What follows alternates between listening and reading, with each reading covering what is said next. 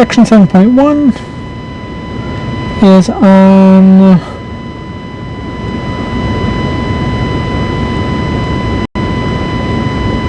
triangle properties, in particular right triangles and Pythagorean theorem.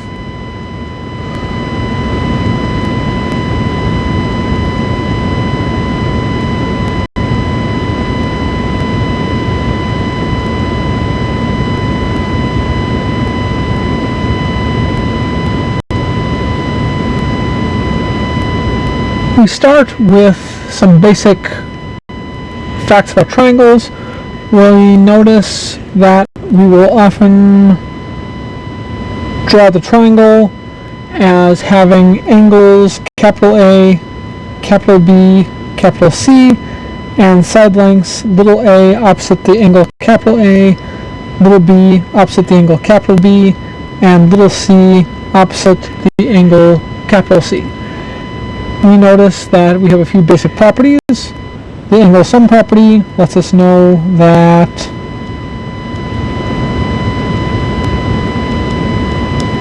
the sum of A plus B plus C has to be 180. So for a triangle, the sum of the three angles is always 180.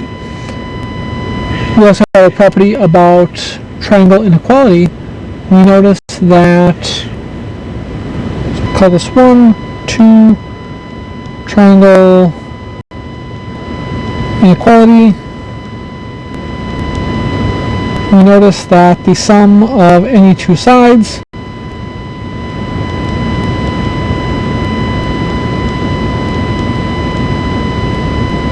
must be greater than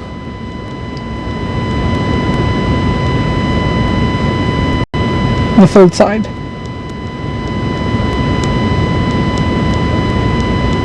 So essentially we're just saying A plus B has to be greater than C, A plus C has to be greater than B, and B plus C has to be greater than A.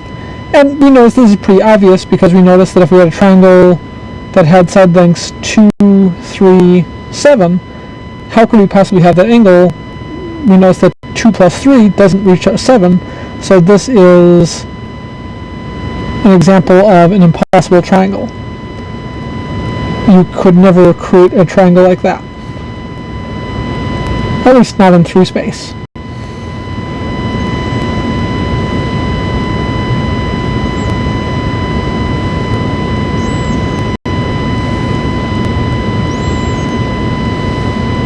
Which is the space we're typically concerned with.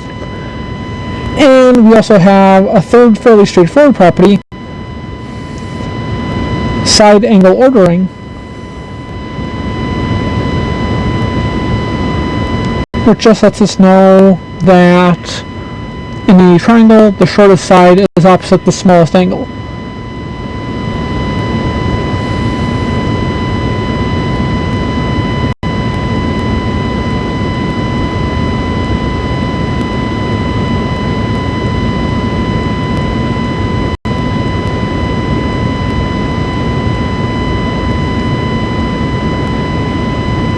And similarly, the largest side is opposite the largest angle.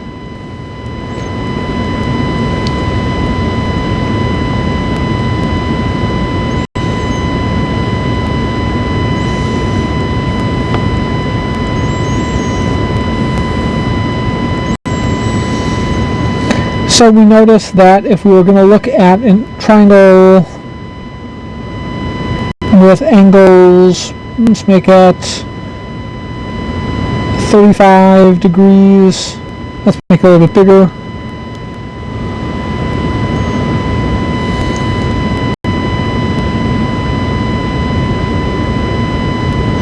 So if we have a triangle with angle 35 degrees and side A, and then we said 40 degrees, and this is side, whoops, we'll stick with lowercase. So 35 degrees is the angle opposite side lowercase a, 40 degrees is the angle opposite side lowercase b, and we know that the third angle is 105 degrees opposite side c, we notice that the length of side C has to be greater than the length of side A, the length of side C has to be greater than the length of side B. And we could also say length of B is greater than A. And we're just looking at the fact that because it's a triangle, the larger angle has to correspond to the larger side. So right triangles have a nice property for us. Right triangles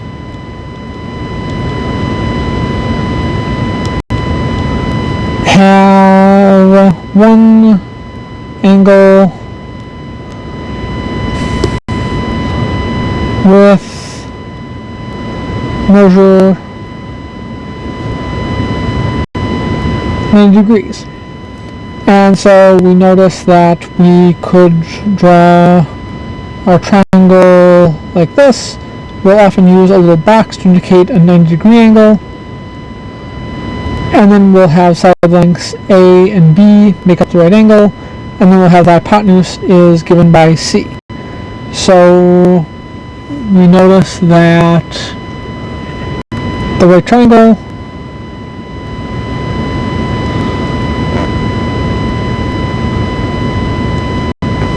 has legs A and B that form the 90-degree angle, and a hypotenuse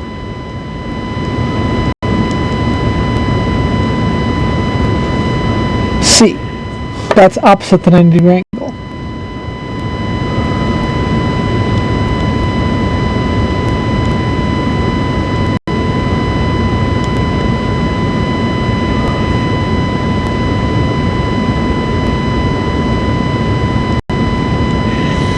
And we have something called the Pythagorean theorem. It is very useful. We notice that the Pythagorean theorem, you may have heard of this in the past.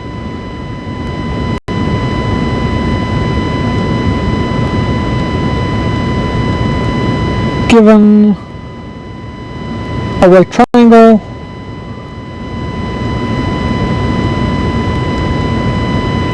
with legs A and B and hypotenuse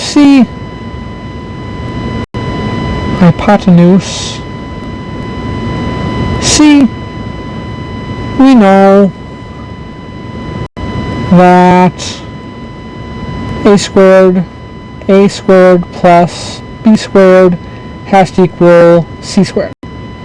So the length of side A squared plus the length of side B squared has to equal the length of the hypotenuse squared.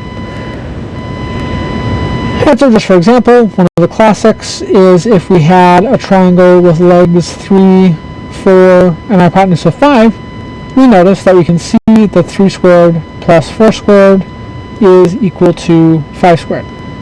So we've got 9 plus 16 is 25. And this actually works both ways.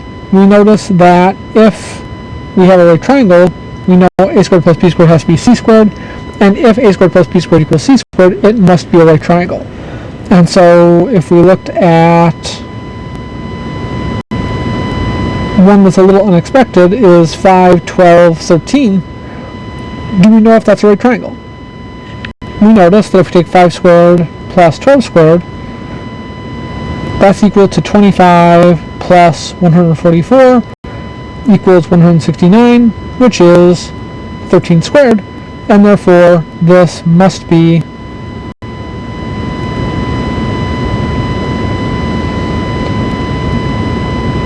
a right triangle.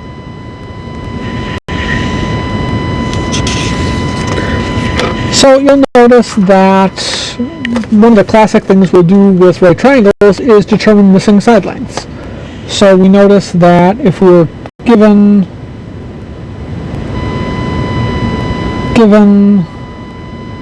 the triangle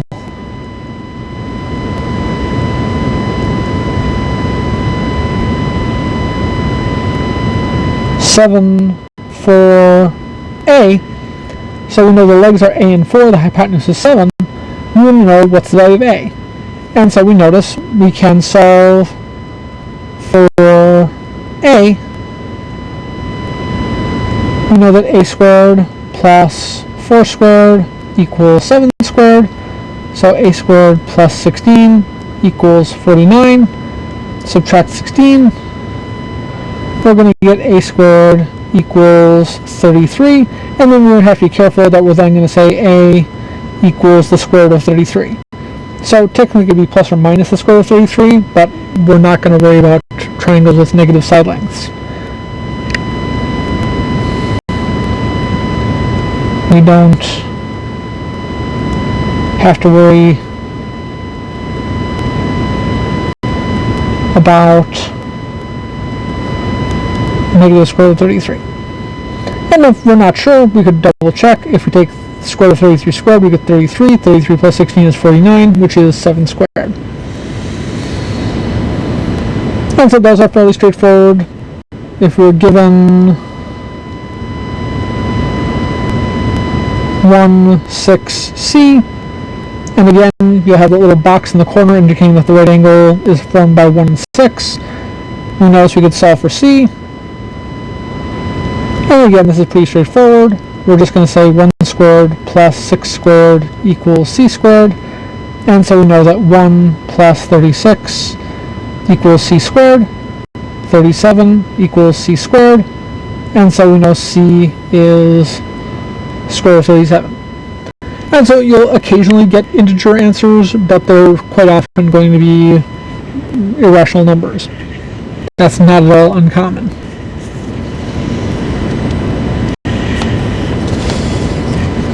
We can also use this in some real-world applications. These don't show up terribly often, but we notice that if we had, for instance, a pond, and we want to know how far across that pond was,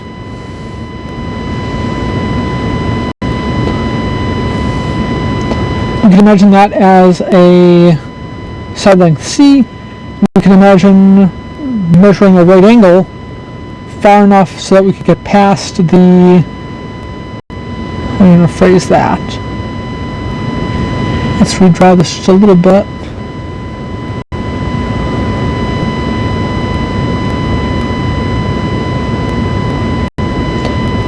We could draw it so that we have a right triangle with sufficiently big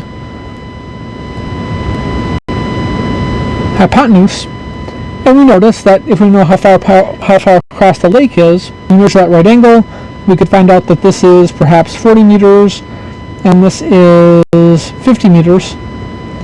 We could then figure out, whoops, we'll make that b.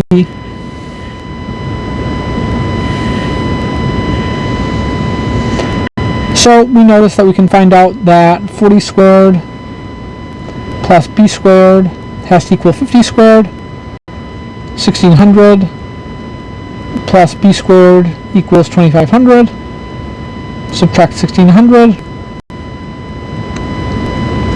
We find out that b squared equals 900, and so b has to be the square root of 900, which is 30. And so we know b is 30 meters, so the lake is 30 meters across.